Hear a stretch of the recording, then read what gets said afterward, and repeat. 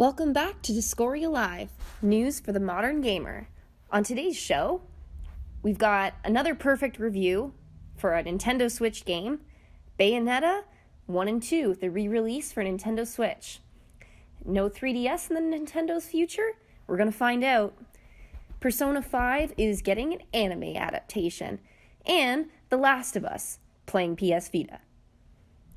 Alright, so as I'm sure lots of you know, Bayonetta 2 is coming out on the Nintendo Switch today. That's February 16th, 2018. And they're also releasing Bayonetta 1, which is amazing. So the score is already up to 90 on Metacritic as of yesterday. So the hype is real. This is a fan favorite that came out on the Wii U. Never really got its time in the sun due to the unpopularity of that console. I had one, by the way. I actually think I got it, at the tail end of when that console was even out.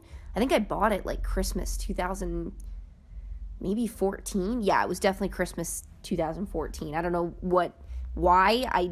I wanted another gaming console. But anyways, they're releasing this game on the much new, beloved Nintendo Switch, and it's likely going to be more popular than it even would have been if it came out on any other console, just because of how popular the Switch is right now. The Switch, it makes the game portable, and it just therefore even more awesome. From all the early reviews, it seems that this game both looks and runs beautifully, and it'll be a must-have for Switch owners. Personally, I'm sure I'm going to go out and buy it at some point. It's not super high on my list right now. My big priority purchase is still the new Digimon game, Cyber Sleuth Hacker Memory, but it's on my list. I'd say it's probably in the top 10. Look for my full review on my blog in the future. When I do get this game, I'll review it and I'll put it on the blog. Link to my blog in the video description. So, I don't think anybody is really surprised, but due to the popularity of the Switch, Nintendo seems to kind of have their plans for the 3DS on shifting sands. In the beginning, they were pretty vocal that the 3DS was going to continue to be sold and supported right alongside of Nintendo Switch. And it's not like they haven't come out and said, oh, well, we're not going to support it anymore. But there hasn't really been a final word on it, but they seem to be a lot less vocal about echoing any kind of support or ongoing new game releases in terms of major future plans. I know they're still releasing games for the 3DS, but recently the president and the director, their sentiments were along the lines of they intend to keep selling it for the foreseeable future, but they're pretty much unsure of what development direction they want to go in with the technology. My guess is that they're going to redirect all their available funds to continuing to develop the Switch, games for the Switch, promotions for the Switch. They want to push that system as hard as possible. They have a huge hit on their hands with that. Me personally, it's my favorite console right now. Well, okay, it's still pretty PS Vita. I gotta be careful about what I say there. I'd say they're about equal right now. I love them both. They're portable. They're both awesome. Vita and the Switch, great systems. But back to Nintendo.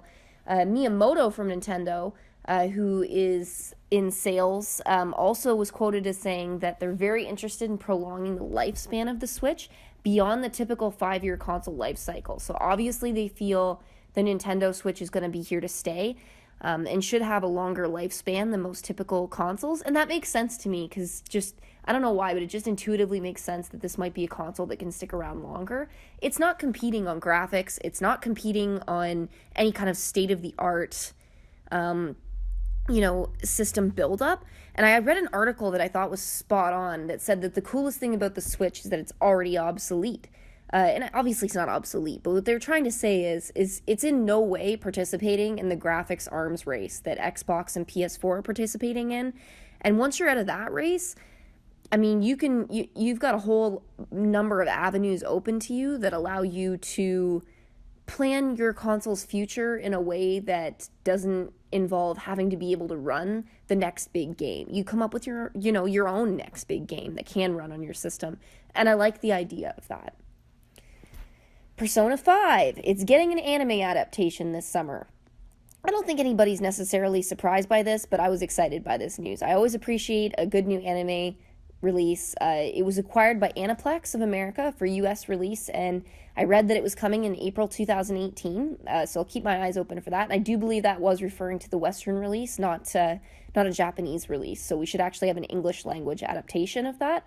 I'll be watching out for it on Crunchyroll. I don't know where they're going to release it. Netflix seems to be getting a pretty fair share of exclusive anime releases lately, which is that's pretty cool. But I still have my Crunchyroll subscription as well, so I'll be looking at probably both platforms, just to see who's going to release it.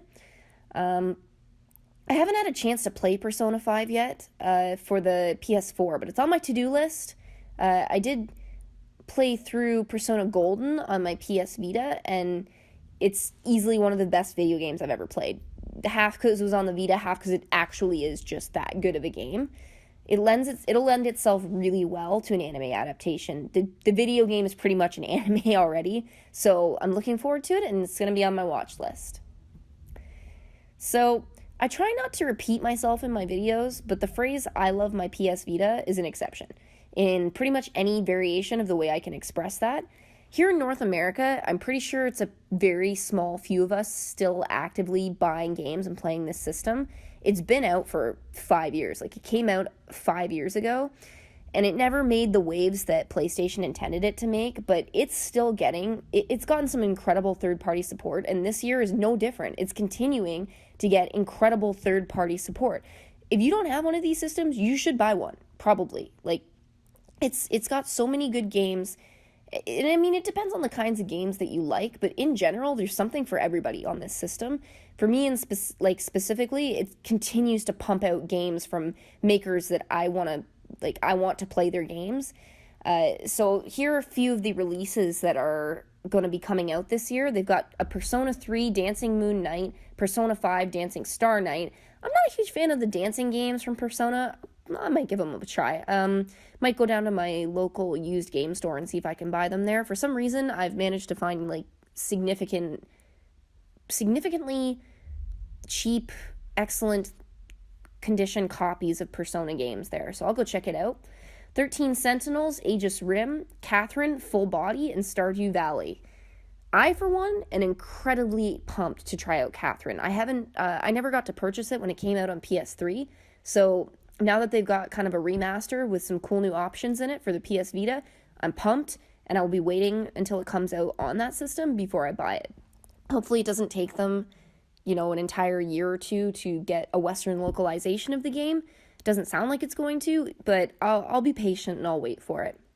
So, that's the news, guys, for this week. Tune in to my next episode of the news, and we'll see what's up.